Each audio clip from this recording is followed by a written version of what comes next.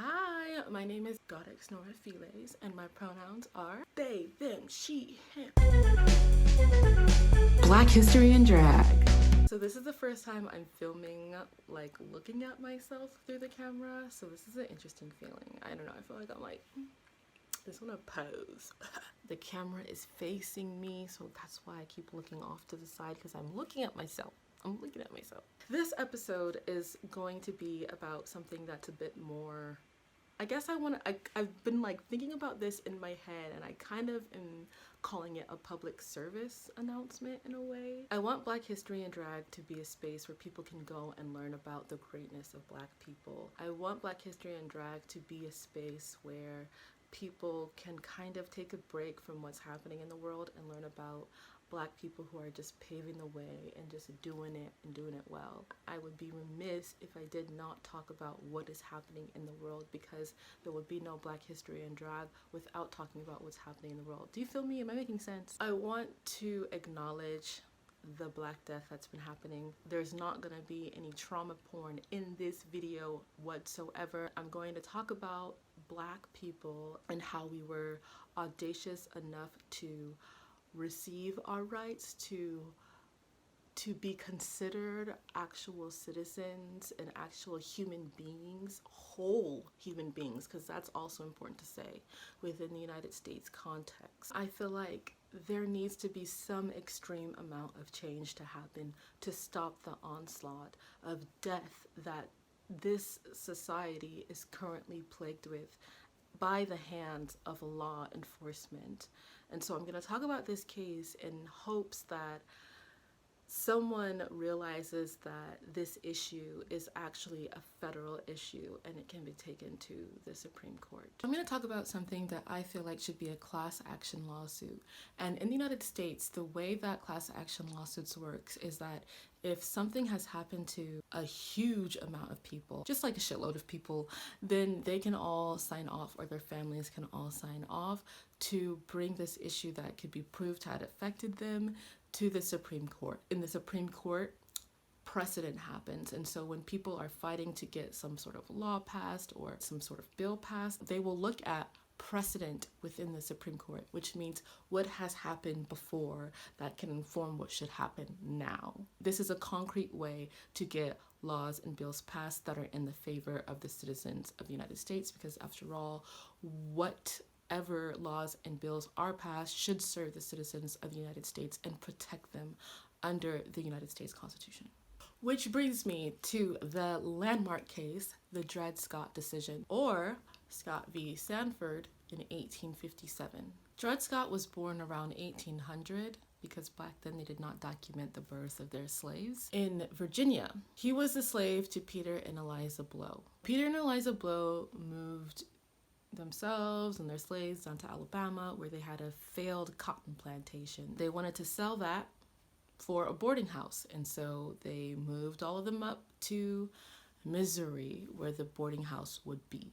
Now, during this time, there was a whole bunch of arguing about Missouri, because when Missouri was acquired into the Union of the United States, they were unsure whether it should be a slave state or a free state, and folks felt like the South had a lot of control within the legislation, meaning like they had a lot of control over what happened in the Supreme Court and over which laws were passed, so there was a lot of growing animosity brewing between the North and the South. The Missouri Compromise. So after about 2 years of arguing, they decided to make Missouri a slave state, because about 5% or less of Missouri was in the slave state territory, which is weird. I mean, look at the map. It's like this much that's in the slaves' territory. The president who was about to come into office was President Buchanan. President Buchanan wanted to do anything possible to make sure that there would not be a civil war. They thought, you know what, let's just go ahead and give this state to the South so they won't get angry and they won't incite a civil war. Exactly the opposite happened. Making Missouri a slave state would make Northerners even more angry and fear more the expansion of slavery into the North, and the South kind of being able to do whatever they wanted in the North. Basically, the compromise would say everybody who was below or south of the southern border of Missouri would be a slave. Everyone who was north of the southern border of Missouri would be free. Not everybody, just black people, except Missouri. Missouri was gonna be a slave state. In 1830, Elizabeth dies. I said Eliza before, I mean Elizabeth. She dies. 2 years later, Peter dies, but he makes a plan to transfer over the ownership of Dred Scott to this person named Emerson. He's an army physician. He travels around all the time, and Dred Scott is going with him to all of these different states. And the law of that time was that if you set foot as a slave into free land, you are automatically a free person. The Southerners were pissed off at this, and the Fugitive Slave Act started to come, which was a whole nother can of worms. The fact that if a slave were to set foot on free land, that they would be free, was the whole impetus of slaves fleeing to the North. After that time, they had to flee up to Canada because it was getting that wild of this whole Southern power slavery expansion. This was called the extraterritorial emancipation doctrine. Can you just imagine Dred Scott? He's in a free state, but he has to be a slave, and he's just like, really, what is going on? Why am I still a slave? Emerson dies, and he leaves this estate to his new boo, Eliza, but his new boo wants to make extra money, and so she starts leasing out Dred Scott to every Tom, Dick, and Nancy. Dred Scott is like, look, Eliza, can I just buy my and my family's freedom? I don't want to be a slave anymore. Eliza is like, no, I'm not gonna let you buy your own freedom. I'm gonna lease you out. I'm gonna make money that way. I'm not gonna take your slave money. He takes her to court and was like, you are falsely imprisoning my family. Get this, ironically, he was able to take Eliza to court using the sons of his former owners. Does that make sense? Miss Emerson, she remarries during this whole litigation session. She marries the person who is about to run for office in Massachusetts, which is an abolitionist state. Folks be fleeing to Massachusetts. Folks be fleeing to Boston, okay? This is where the Federalist Papers were written. This is where the abolitionists were just headquarters right there. When you think of Massachusetts, I want you to think of Frederick Douglass making speeches there. I want you to think about this is where Harriet Tubman took all of those people that she freed. I want you to think about Henry Box Brown, who was shipped from the southern states of Virginia all the way to Pennsylvania and went to Boston to speak with the Anti-Slavery Society. This is how anti-slavery Massachusetts was. This politician's like, I can't be associated with slavery. Eliza's like, okay, boo, I'm just gonna send, these slaves, Dred Scott and his family, to my brother in New York. In New York. New York is in the north. New York is north of the 36 feet line of the equator, where the United States decided which would be slave territory. It's fucking wild how they went into this. Is it really that serious?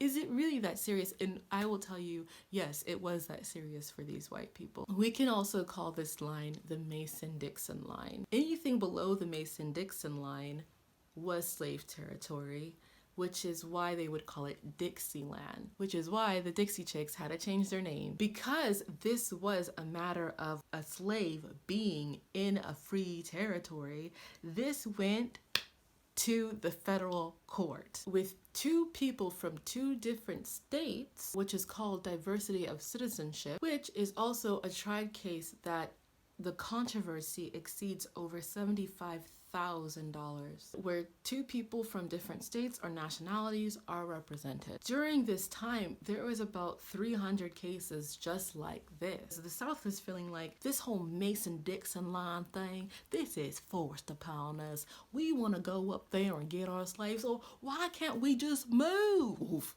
Why can't we just move to Pennsylvania with our slaves and have them still be slaves? We own them. And the North is like, because you're in our territory. Duh.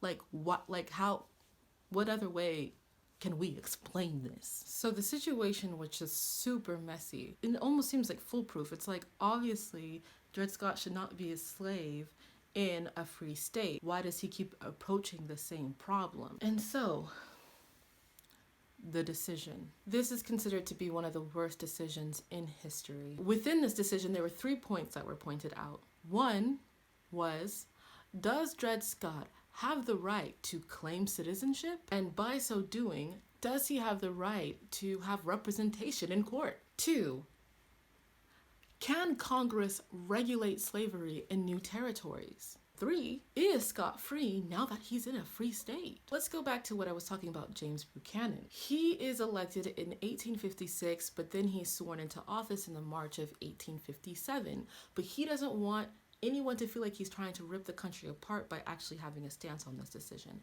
And so he decides to leave it in the hands of the Supreme Court, and they vote 2-7. He is not a free person. And not only that, they just drill in the bill. So the first question on whether or not he's even a citizen and deserves representation in court, they say, no, he's not a citizen because the United States Constitution, the founding fathers, when they wrote it, did not intend to include Black people. He said that it's not just his point of view, it is a global worldview, which is crazy because there was no citation in this decision. There was nothing besides his own personal opinion. He said that the framers knew that they would not, in any part of the civilized world, be supposed to embrace the Negro race, which by common consent had been excluded by the civilized government in the family of nations and doomed to slavery. With the new administration, Chief Justice Taney made this decision, which was weird as fuck because he was an abolitionist. Not only was he an abolitionist, but before he came into office, he freed all of his slaves. The thing is that he wanted to reflect the change of his party, which was Democrat, which at that time, being a Democrat meant that you were pro-slavery.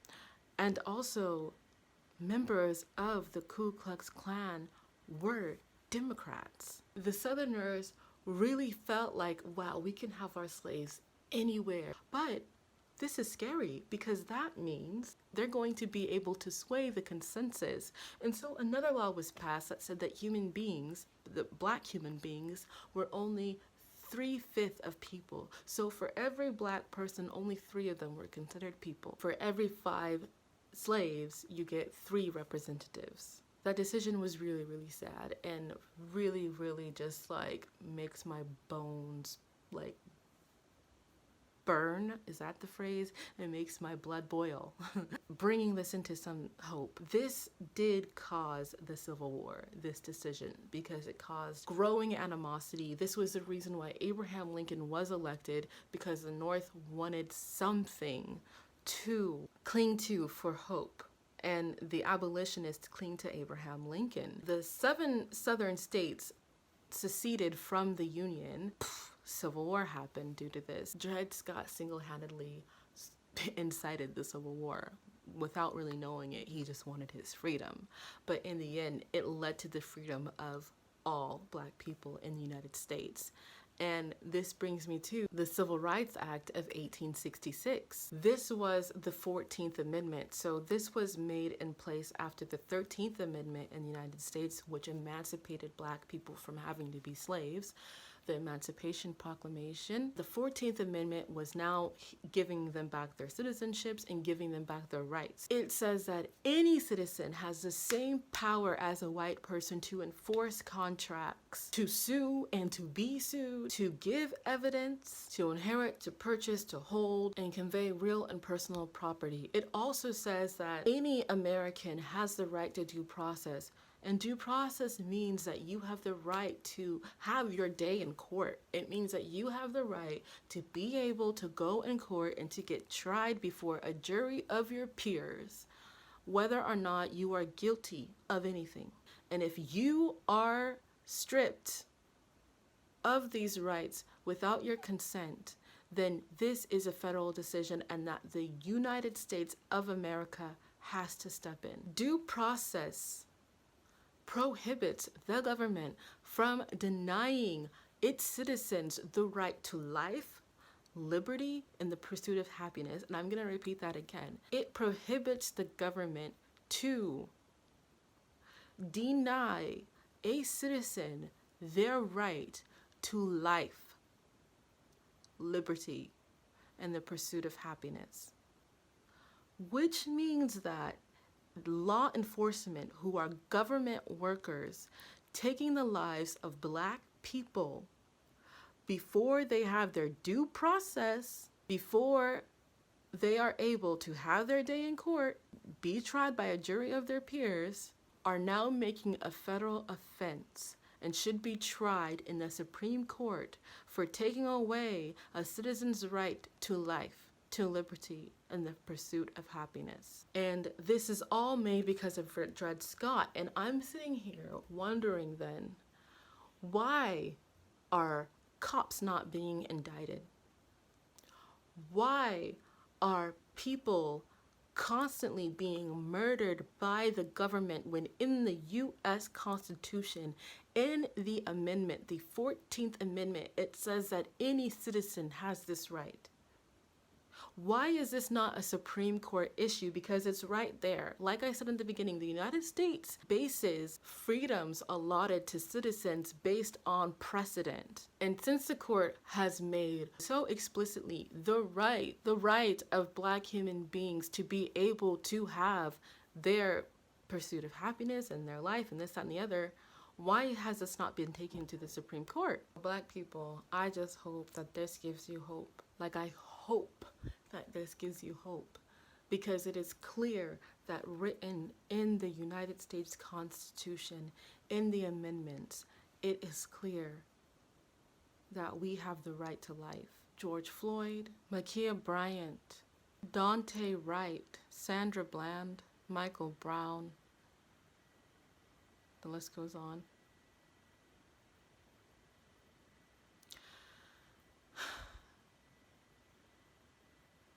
There's no reason for this to be happening. This is a class action lawsuit. Someone needs to represent Black people. It is Black people versus United States. When we have these landmark cases like Brown versus Board of Education, or Plessy versus Ferguson, or Roe versus Wade, these are the things that progress the society to making it truly reflectant of what the Constitution originally wanted. I just hope that by just speaking this, I'm speaking something into existence, that finally Black people will have our right to life. You know, that's it. At the bare minimum. You don't even have to give us the pursuit of happiness. Just give us the right of life. With that, I conclude this video, Black History in Drag. Thank you so much for watching. Please like, share, follow, save, subscribe to hear more about Black history folk who have just had the audacity to speak up, had the audacity to claim their autonomy. And with that, have a great Sunday. Have a great day. Black history. Black history.